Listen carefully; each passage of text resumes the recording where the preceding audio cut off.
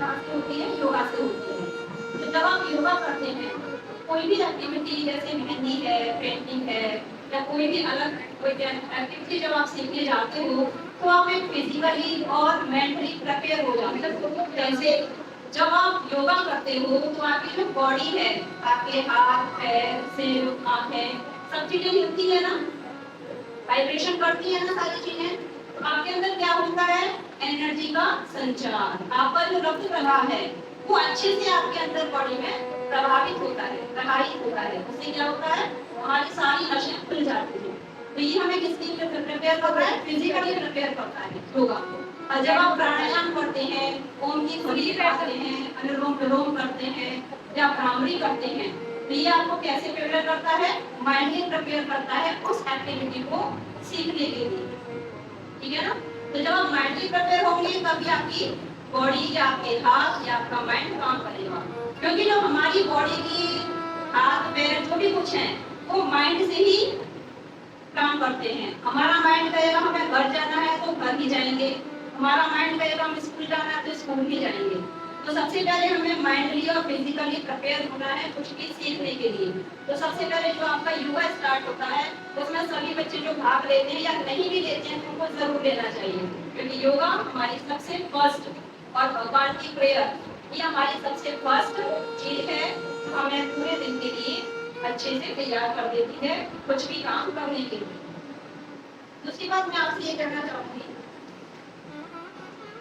आजकल जो यहाँ पे जो सेल्फ डिफेंस सिखाया जाएगा वो हमारे आज के टॉपिक से रिलेटेड है। आज का टॉपिक है हमारा गुड टच और बैड टच। तो गुड टच क्या होता है? सभी जानते हैं। गुड मीन्स क्या होता है? और टच मीन्स क्या होता है? छूना। बैड मीन्स क्या होता है? टच मीन्स क्या होता है? क्लियर हो गया? गुड टच मीन्स अच्छा छूना और बैड टच मीन्स बुरा छूना। इट मीन्स जब हमें छूने पर कोई हमें स्पर्श करे, हमें टच करे, हमें छुए और हमें अच्छा फील हो तो वो कहलाता है गुड टच। और जब किसी की छूने पर हमें बुरा फील हो तो वो कहलाता है बैड टच। जैसे किसी ने हमारे सिर पर हाथ फेरा, हमारी पीठ को थपथपाया शाबाशी देने के लिए, ठीक है, या फिर कोई हमें गले लगाता है, तो ये सारी चीजें अगर वो प्यार से वात्सल्य पूर्वक करता है वो सारी चीजें क्या होती हैं? गुड टच कहलाती हैं। इसके विपरीत यदि इन्हीं कामों को व्यक्ति सामने वाला जबरदस्ती से करता है या ऊपर से हमारे किसी पार्ट्स को देखता है तो वो सब क्या कहलाता है? बैड टच कहलाता है। आपको इन सब चीजों पर ध्यान रखना है। अगर हमारे प्राइवेट पार्ट्स को, जो हमारे प्राइवेट पार्ट्स का मतलब क्या होता है? जो हमारे अंडर गारमेंट से कवर होते हैं हमेशा। यदि कोई व्यक्ति हमारे अंडर गारमेंट्स को छूने की कोशिश करे या हमारे किसी भी पार्ट्स को घूर करके देखने की कोशिश करे तो ये सब चीजें किसमें आती हैं? बैड टच में ही आती हैं। अगर आपको कभी भी कहीं भी ऐसा फील हो तो आपको तुरंत अपने पेरेंट्स से कंसल्ट करना चाहिए। इस बात में कभी भी संकोच नहीं करना चाहिए, क्योंकि इन सब चीजों को जानना आज के जमाने में बहुत कंपल्सरी है। हम आए दिन पढ़ते भी हैं ना न्यूज़पेपर में, आज ऐसा हो गया, कल ऐसा हो गया। तो क्यों हम ना स्ट्रॉन्ग बने पहले से ही जान करके इन चीजों को? हमें स्ट्रॉन्ग बनना चाहिए। कहते हैं लड़कियों को तितली के साथ साथ मधुमक्खियां बनाओ। तितली मीन्स क्या होता है? किसको अच्छी लगती है या बुरी लगती है? पहली बताओ, तितली अच्छी होती है बुरी होती है? अच्छी। और उसको देख करके आपका मन कैसा लगता है? खुश होता है? आपका मन करता है तितलियों की तरह हम भी उड़े? करता है कि नहीं करता है? अब मधुमक्खी को देख करके किसको डर लगता है? सबको लगता है। क्यों? क्योंकि वो डंक मारती है। हमारे बॉडी में जहाँ भी काटेगी तो हमारे उसको सुझा देगी और हमें दर्द होगा। तो हम कहते हैं आप लोग तितली भी बनो और मधुमक्खी भी बनो। क्यों? तितली बनोगे तो आप अपने घर परिवार को संभालोगे और जो आपके लिए जरूरी है, और जब आप मधुमक्खी बनोगे तो जरूरत पड़ने पर अपनी आत्मरक्षा के लिए डंक भी मारोगे, शत्रु का विनाश भी करोगे। ठीक है ना? अभी लेटेस्ट घटना है, भोपाल में एक जगह है शाहजहानाबाद। वहाँ पर शाहजहानाबाद, कहाँ पर? भोपाल में। एक 6 साल की बच्ची थी। 6 साल की बच्ची तो छोटी सी होती है, समथिंग ये लगा लीजिए ऐसे होती है। तो उसके पापा के दोस्त का आना जाना उसके पापा के घर पर हमेशा रहता था। तो वो बेटी इसको जानती थी, अपने पापा के दोस्त को। एक बार क्या हुआ कि उसकी मम्मी गई थी मार्केट, घर पर पापा थे, बेटी थी, उसके दोस्त आए पापा की और बैठ गए सोफे पर, पानी वानी पिया। अचानक उसके पापा को किसी काम से दूसरे रूम में जाना पड़ा, तो उसने बेटी को गोद में लिया और उसको बैक टच करने लगा। जैसा कि मैंने बताया बैक टच क्या होता है। अब उस लड़की ने वो सब चीजें स्कूल में सीखी हुई थी, पहले से सीखा हुआ था, तो उसने आत्मरक्षा भी सीखी हुई थी कि अगर मेरे साथ कभी ऐसा हो तो मुझे क्या करना है। उसने तुरंत दांतों से उसके हाथ को काटा, इसके हाथ को, अंकल के हाथ को दांतों से जोर से काटा, जोर से चिल्लाई और अपने पापा के पास भाग गई। इसी बीच वो अंदर भी चली गई। जब उसकी मम्मी घर पर आई तो उसने अपनी सारी घटना मम्मी को बताई। मम्मी ने तुरंत एक्शन लिया, पुलिस गई, एफआईआर दर्ज कराई। आज वो इंसान पुलिस की हिरासत में है, जेल में है। वो ऐसा कैसे कर पाई?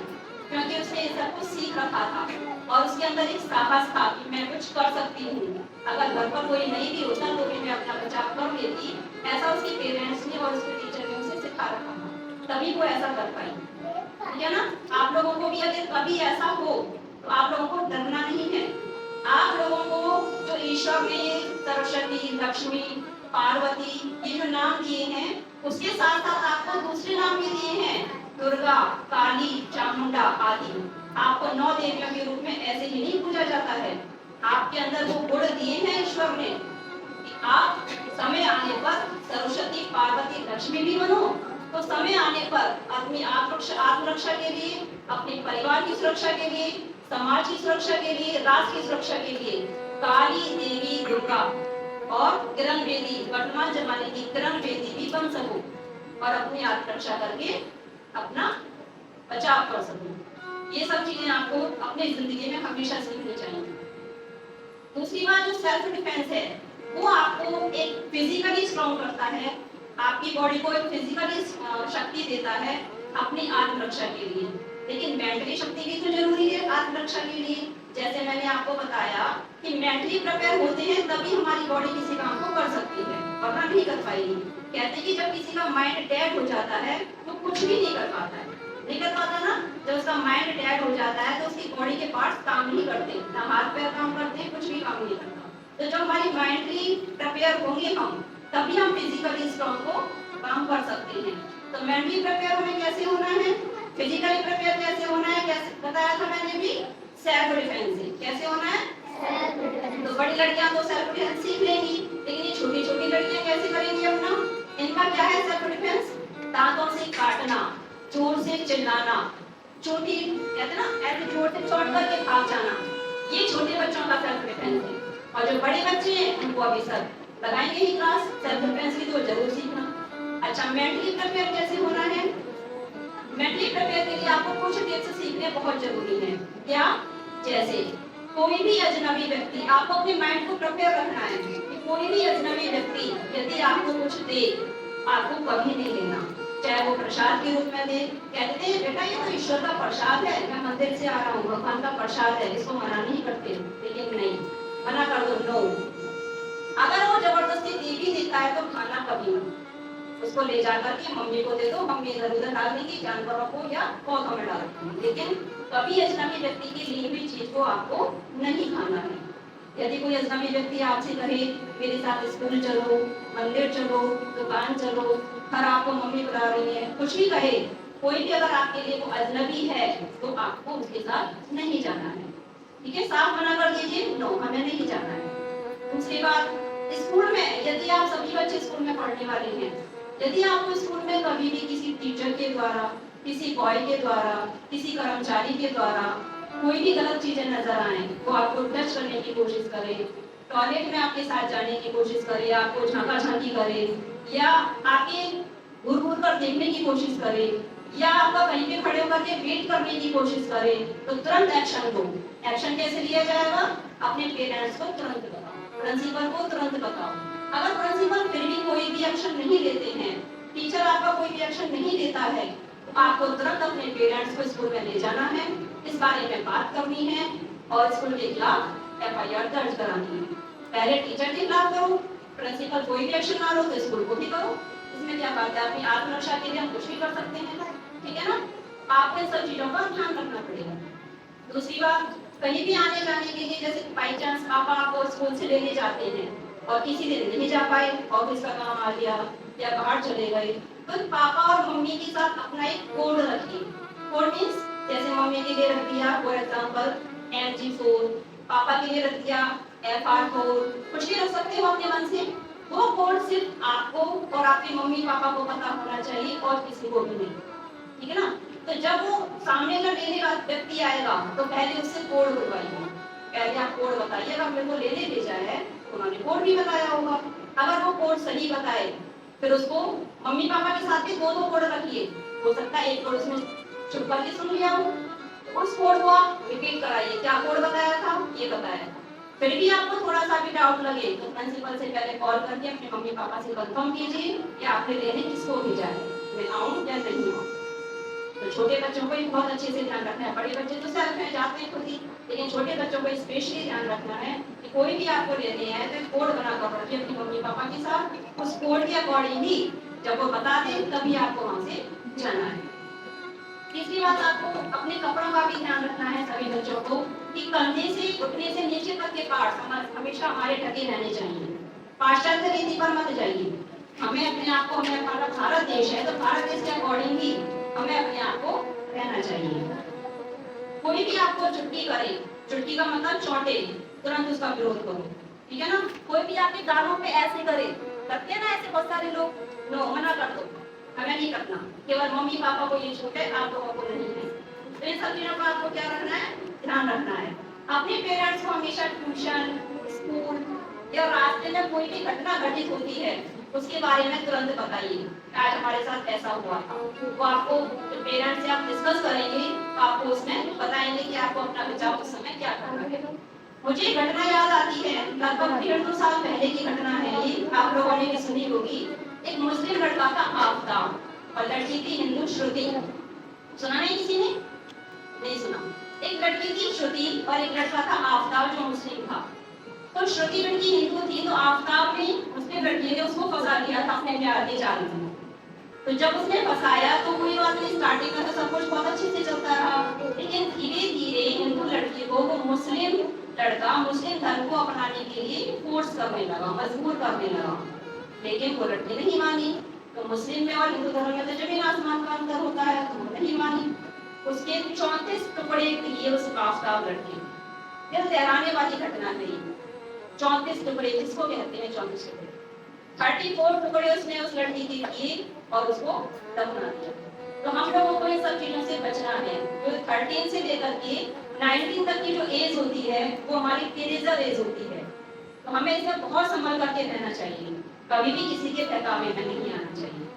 हमें बहुत समझदारी से आगे बढ़ते हुए, कदमों को बढ़ाते हुए अपनी स्टडी पर ध्यान रखना चाहिए। आगे आकर के आप लोगों को बाहर भी पढ़ना होगा।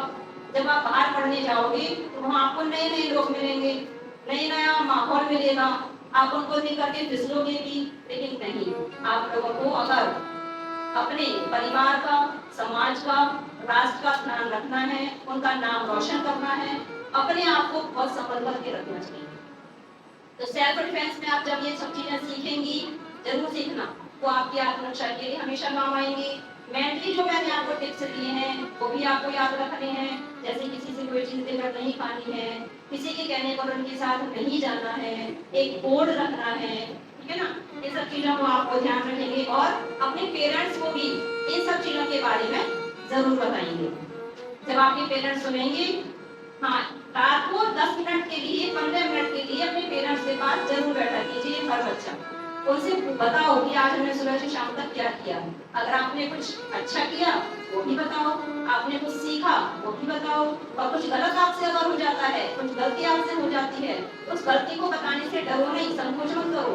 अपनी मम्मी पापा को वो गलतियां भी बताओ, आज मम्मी मुझसे ये गलती हो गई या पापा आज मुझसे ये गलती हो गई, तो आपको डरना नहीं, मम्मी पापा आपको समझाएंगे। ये मत सोचो कि मम्मी पापा को हम कैसे बताएं। आजकल बहुत सारे बच्चे होते हैं मम्मी पापा को बताते ही नहीं है, मम्मी डांटेंगी या पापा डांटेंगे, नहीं। जब आप उनको बताओगे तो वो आप उस पर विचार करेंगे और आपको उस गलती से दूर हटने के लिए आपका पश्चाताप भी बताएंगे। अगर आपसे ऐसा हो गया है तो आगे आपको ऐसा करना है, आपको परेशान होने की जरूरत नहीं है। तो समझ आई मेरी सारी बातें? बैड टच का मतलब क्या होता है? जब हमें कुछ भी किसी के टच करने पर गलत फील हो, बुरा फील हो, तो वो क्या कहलाता है? बैड टच कहलाता है। और यदि किसी के छूने पर हमें अच्छा फील हो तो वो हमारा गुड टच कहलाता है, ठीक है ना। कभी भी घर पर कोई आता है उनको हाथ जोड़कर नमस्ते कीजिए। जो भी आपके धर्म में बोलते हैं, जय श्री राधे बोलते हो, जय श्री कृष्ण बोलते हो, जय जिनेन्द्र बोलते हो, नमस्ते बोलते हो, गुड मॉर्निंग बोलते हो, उनको हाथ जोड़ करके कीजिए, हाथ नहीं मिलाना। क्यों मिलाया? हमारी जो संस्कृति है, भारतीय जो संस्कृति है, वो हाथ जोड़ करके अभिवादन करने की संस्कृति है, ना कि हाथ मिला करके। हाथ मिला करके तो अभिवादन पाश्चात्य देशों में किया जाता है। पाश्चात्य देशों को हम क्यों बढ़ावा दें? हम कौन है? भारतीय। कौन है हम? भारतीय। हम भारत को ही बढ़ावा देंगे ना। अगर हम किसी परिवार से हैं तो हम अपने पापा का नाम भी तो रोशन करेंगे, किसी अंकल का नाम थोड़ी रोशन करेंगे। तो हम अपने भारत का नाम रोशन करने की एक्टिविटी अपनाएंगे ना। जो कुछ हमारे भारत में किया जाता है हम उस काम को करेंगे। हम पाश्चात्य रीति को क्यों अपनाएं? कुछ अपने खान पान को भी सुधारिए। जैसा सुनने में आता है कि बहुत सारे बच्चों का शौक बन चुका है पिज्जा, बर्गर, चाउमीन, इन सब चीजों को खाने का। तो हमें इन सब चीजों से दूर रहना चाहिए। क्यों? क्योंकि ये जो मैदा की चीजें होती है सारी, और मैदा हमारी बॉडी पचा नहीं पाती। अंग्रेज लोग होते हैं वो सब चीजें खाते हैं, वो सब चीजों को पचा देते हैं, लेकिन जो हम भारतीय हैं हमारी बॉडी जो होती है, एक तो हम उत्तर भारत में रहते हैं तो हमारी बॉडी इतना नहीं पचा पाती है। यहाँ का जो है वो ग्रीष्म इलाका है, उष्ण इलाका है, तो हमारी बॉडी इन सब चीजों को पचा नहीं पाती है। हमें इन सब चीजों से दूर रहना चाहिए। अगर हम इन सब चीजों को खाते हैं तो हमें कैंसर भी हो सकता है, हमारी आंखें भी डैमेज हो सकती हैं, हमारी बॉडी में कोई भी बीमारी आ सकती है। और क्या हम बीमार होना चाहेंगे? कोई भी हॉस्पिटल के चक्कर लगाना चाहेगा? नहीं ना। तो फिर हम क्यों खाएं इन सब चीजों को? हमें ये सब चीजें अपनी बॉडी से घर पर शुद्ध करवानी चाहिए, तब हम खा सकते हैं। मैगी बनानी है घर पे बनाओ, खाओ, बाजार से ना। और ये मोमोज जो होता है ना, सबसे गंदा चीज है मोमोज, कच्ची मैदा। अब आप सोचिए आपके सामने अगर मैदे को मारता, जब आप लोग बड़ी लड़कियां हैं, जैसे आप लोगों के घर में मैदा की जमे बनाई जाती हैं, बनते हैं आप लोगों के घर में? क्या आप उस लगी हुई मैदा को जो मम्मी आपके जमे के लिए मैदा लगाती हैं, क्या उस मैदा को खा सकते हो? नहीं ना। तो वो मोमोज है क्या चीज?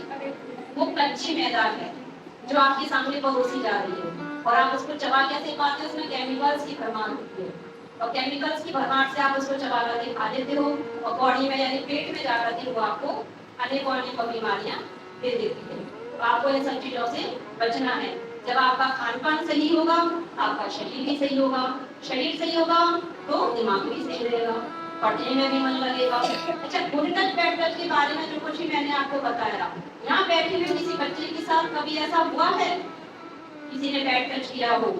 हुआ है कभी किसी के साथ? नहीं हुआ। आगे होने भी मत देना, तुरंत कंफर्म करना। अपने स्कूल में हो तो टीचर से, और घर पर हो, बाजार में हो, रास्ते में हो, ट्यूशन में हो तो तुरंत अपने पेरेंट्स से। अंत में बस मैं आपसे इतना ही कहना चाहूंगी कि बच्चियों, आप सभी अपने मानसिक और शारीरिक शक्ति को पहचानो, समझो। आपके अंदर वो शक्ति है, आप किसी शत्रु का विनाश भी कर सकते हो। आपकी बॉडी कमजोर नहीं है, आपने समझा हुआ है तो आप किसी को भी हरा सकती हो।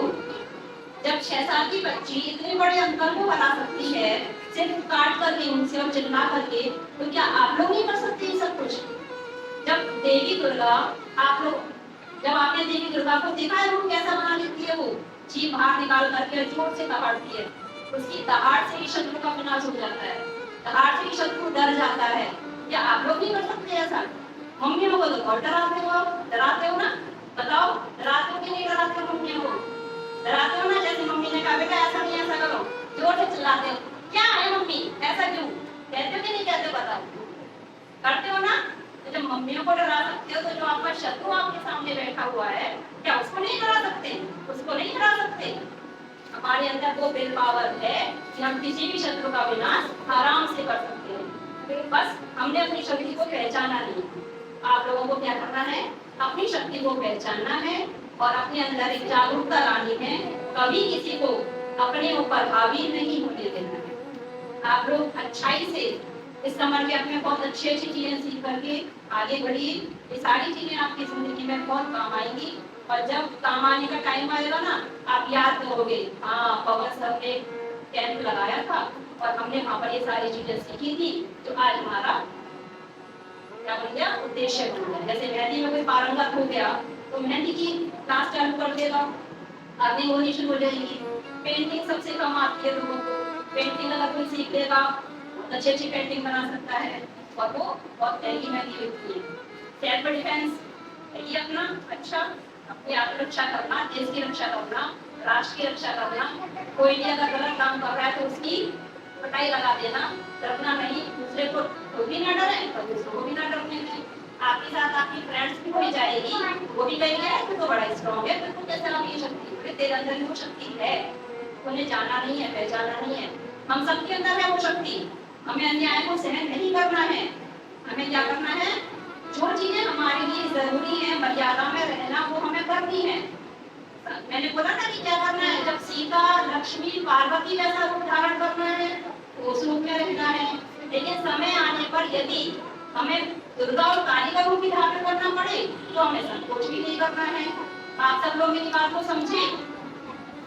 आप लोगों को अपने अंदर की शक्ति को पहचानना है, समझना है और अपनी आत्मरक्षा के लिए हमेशा प्रिपेयर रहना है। ठीक है ना? सभी को समझ में आया? अच्छा लगा? बोर तो नहीं हुए? Thank you. जय हिंद, जय भारत।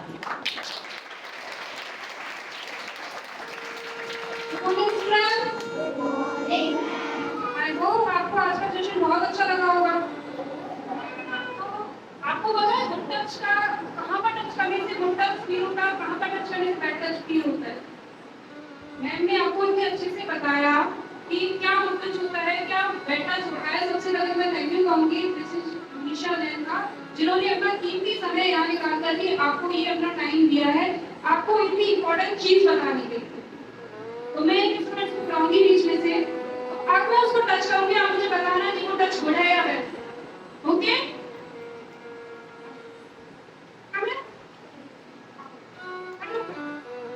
तो आपको नहीं पता मुझे कुछ नहीं होता पड़े। अभी आपको समझाना, डरना नहीं है, कभी भी सीखना है आपको। हाँ, मैंने इस बच्चे को यहाँ पे टच किया, तो ये गुड टच है या बैड टच?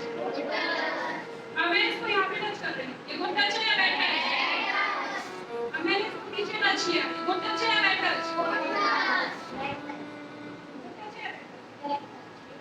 अगर आपको कोई अप्रिशिएशन देता है तो शाबाशी देता है, वो बैड टच नहीं हो।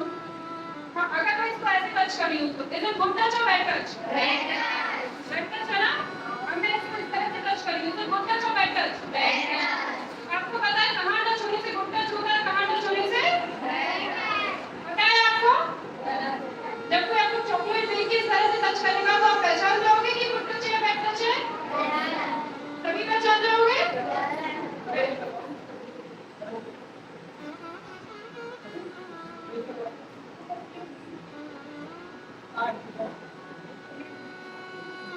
आज अपने दो जो है बहुत अच्छे ओकेजन है। पहला तो आप सभी को पता है कि आज गंगा दशहरा है, ठीक है। दूसरा और बहुत अच्छा दिन है आज तो वर्ल्ड एनवायरनमेंट डे है, विश्व पर्यावरण दिवस जिसे हम कहते हैं, ठीक है। तो किस किस बच्चे को ये पता था कि आज वर्ल्ड एनवायरनमेंट डे है? हैंड करोगे एक बार बस। तो आपने इस एनवायरनमेंट में अपना कंट्रीब्यूशन करने के लिए क्या क्या काम किया, पर्यावरण को बचाने के लिए क्या किया? प्लांट लगाए? नहीं लगाए, एक में भी नहीं लगाए, एक सिंगल बच्चे ने नहीं लगाए। तो क्या कर सकते हो आप अपने एनवायरनमेंट को प्रोटेक्ट करने के लिए? अब यहाँ पर सारे स्टूडेंट बैठे हैं, लेकिन अंदर के रूम के फैन और लाइट्स अभी भी ऑन है ना? सिंगल स्टूडेंट ने बाहर निकलते टाइम क्लासरूम से ये नहीं सोचा कि हम उसको ऑफ करके आए। ये भी हमारे पर्यावरण को अफेक्ट करता है। ये हमारे एक्शन बहुत स्मॉल है, बहुत छोटे हैं, लेकिन ये हमारे पर्यावरण में जो है क्या करते हैं, बहुत ही मेन रोल प्ले करते हैं हमारे एनवायरनमेंट को बचाने के लिए, पॉल्यूशन को कम करने के लिए, ठीक है। आप क्या कर सकते हो, घर पे कोई नहीं है, आपका रूम खाली है, वहां पर आपका एसी, कूलर, टीवी, फ्रिज जो भी है वो ऑन है, आप वहां से निकलते टाइम उसको बंद कर सकते हो। तो ये भी आपका एक क्या होगा, बहुत बड़ा योगदान होगा पर्यावरण को बचाने के लिए। अपने फैमिली से, अपने पेरेंट्स से बातें करके कि हमें क्या करना चाहिए, हमें प्लांट्स लगाने चाहिए और हम किस तरह से पॉल्यूशन को कम कर सकते हैं, प्लास्टिक बैग का यूज कम से कम कर सकते हैं, अपने पेरेंट्स को इस बारे में अवेयर करके क्या कर सकते हैं, बहुत बड़ा कंट्रीब्यूशन दे सकते हैं।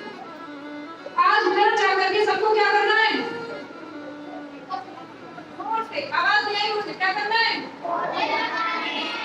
ठीक है, अब सभी स्टूडेंट अपने अपने प्लेस पे खड़े